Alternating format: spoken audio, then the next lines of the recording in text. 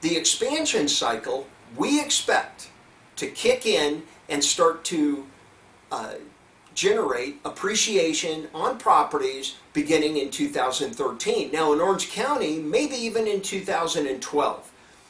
We believe this because the Gen Y are already a driving force as entry-level buyers. 81 million, they are competing directly with investors who are actually 25% of the market now, and we have move-up buyers. Now, as we go back in history again, back to the 60s, and we look at this chart behind me, what we see is that these cycles go up and down over time. And they have three primary stages in common. They're either going down, which is receding or decline, or they're at the bottom stabilizing, which is called stabilizing or absorption, or they're going back up, and this is called appreciation or expansion.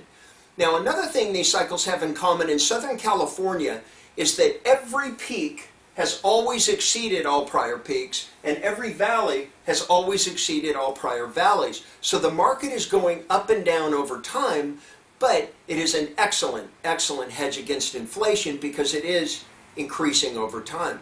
Now, another thing these cycles have in common is there's always a villain. When we're down at the bottom of the cycle, everyone looks up and says, we will never get back to where we were at the last peak. Back here in the 70s, the villain was the Carter administration. 40% inflation. Houses doubled in price in 6 months. But then when we got into the early 80s, at the bottom we had 16% home loans, we had 50% on the value for appraisals, and it was extremely difficult to ever imagine that we'd be back to the peak. Now in the next cycle, down here in the 90s, we had just sustained through the RTC. The Resolution Trust Corporation came in and closed down the savings and loan industry. So we had not only a credit crunch, but they liquidated all the S&L assets at about 25 to 50 cents on the dollar. So again, we had very little value to support any type of activity. Now in the last cycle, who was the villain? Multiple villains. We had borrowers with liar loans. We had subprime lenders. What about Wall Street? Or maybe the bond traders or bond raiders who rated the stated income loans at 100% of value as A quality, created mortgage-backed securities and sold them off to investors. It was quite a mess. But I think what's more important than these factors is why do the cycles expand? Why do we expect this cycle in 2013 to begin expanding from 13 up till about 2018 or 19? Is it just because history repeats itself and we expect it to just follow that same trend? No.